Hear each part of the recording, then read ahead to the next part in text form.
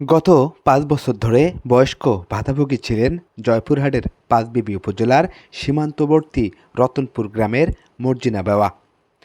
বার্ধক্য নেমে আসায় একা চলাফেরা করতে পারেন না তিনি, আর তাই সর্বশেষ যাচাই বাছাইয়ের সময় অসুস্থতার কারণে মর্জিনা বেওয়া অসুস্থ হয়ে বাড়িতে ছিলেন।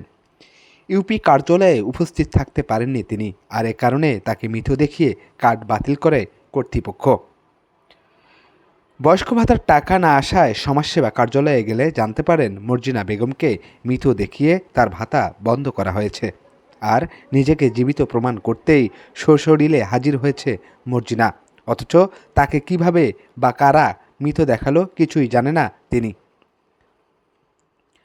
জনপ্রতিনিধি ও স্থানীয়ভাবে খোঁজ নিয়ে জানা গেছে, বয়স্ক ভাতার সুবিধাভোগীরা জীবিত আছেন কিনা প্রতি বছর তা ইউনিয়ন পরিষদ থেকে যাচাই বাছাই করা হয়।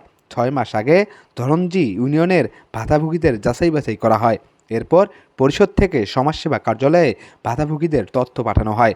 সমাজসেবা কার্যালয় থেকে ভাতাভোগীদের তথ্য হালনাগাদ করে ভাতা চালু বা বন্ধের সিদ্ধান্ত নেয়। মর্জিনা বেওয়া মারা যাওয়ার তথ্য ইউপি কার্যালয় থেকে নেওয়া হয়েছিল বলে সংশ্লিষ্ট সূত্রে জানা গেছে। এ বিষয়ে ভুক্তভোগী মর্জিনা বেওয়া বলেন, ৫ মাস ধরে তিনি ভাতা পান না। কেন তিনি ভাতা পান না তা জানতে সমাজসেবা কার্যালয়ে গিয়েছিলেন। সেখানে গেলে কার্যালয়ের লোকজন কাগজপত্র ঘেঁটে জানান তিনি মারা গেছেন, এজন্য তার ভাতা বাতিল করা হয়েছে। একথা শুনে অবাক হন তিনি। ইউনিয়ন পরিষদ থেকে চেয়ারম্যান নাকি তার মৃত্যুর সনদও দিয়েছেন।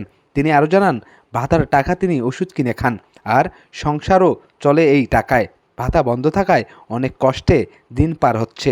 এ সময় তার কার্ডটি পুনরায় চালুর অনুরোধও করেন তিনি। বৃদ্ধা মর্জিনা বেগমের নাতি মোহাম্মদ আরমান হোসেন বলেন, দীর্ঘদিন থেকে আমার দাদি বয়স্ক ভাতার টাকা পাচ্ছিল, যা দিয়ে তিনি ওষুধ কিনে খেতেন। কিন্তু হঠাৎ করে প্রায় ২ বছর থেকে আমার দাদির ভাতার টাকা আর আসে না। বিষয়টি সমাজসেবা কার্যালয়ে জানালে কর্তৃপক্ষ কাগজপত্র ঘেঁটে জানান আমার দাদি মারা গেছে, অথচ আমার দাদি তো বেঁচে আছে।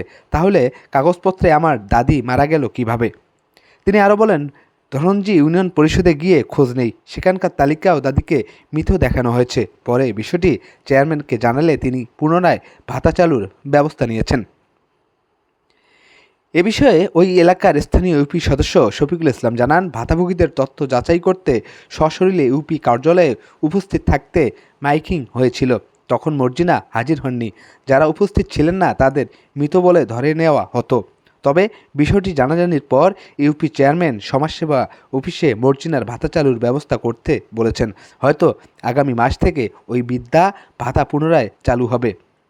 পাঁচবিবি উপজেলা সমাজসেবা কর্মকর্তা সাজিদুল ইসলাম জানান, ইউনিয়ন পরিষদের তালিকায় মর্জিনা বেওয়াকে মৃত দেখানো হয়েছে। এজন্য তার ভাতার কার্ড বাতিল করে নতুন সুবিধাভোগীর নাম প্রতিস্থাপন করা হয়। তবে মর্জিনার ভাতা আবার চালুর ব্যবস্থা করা হচ্ছে বলে জানান এ কর্মকর্তা। জুয়েল রানা, দেশ পোস্ট।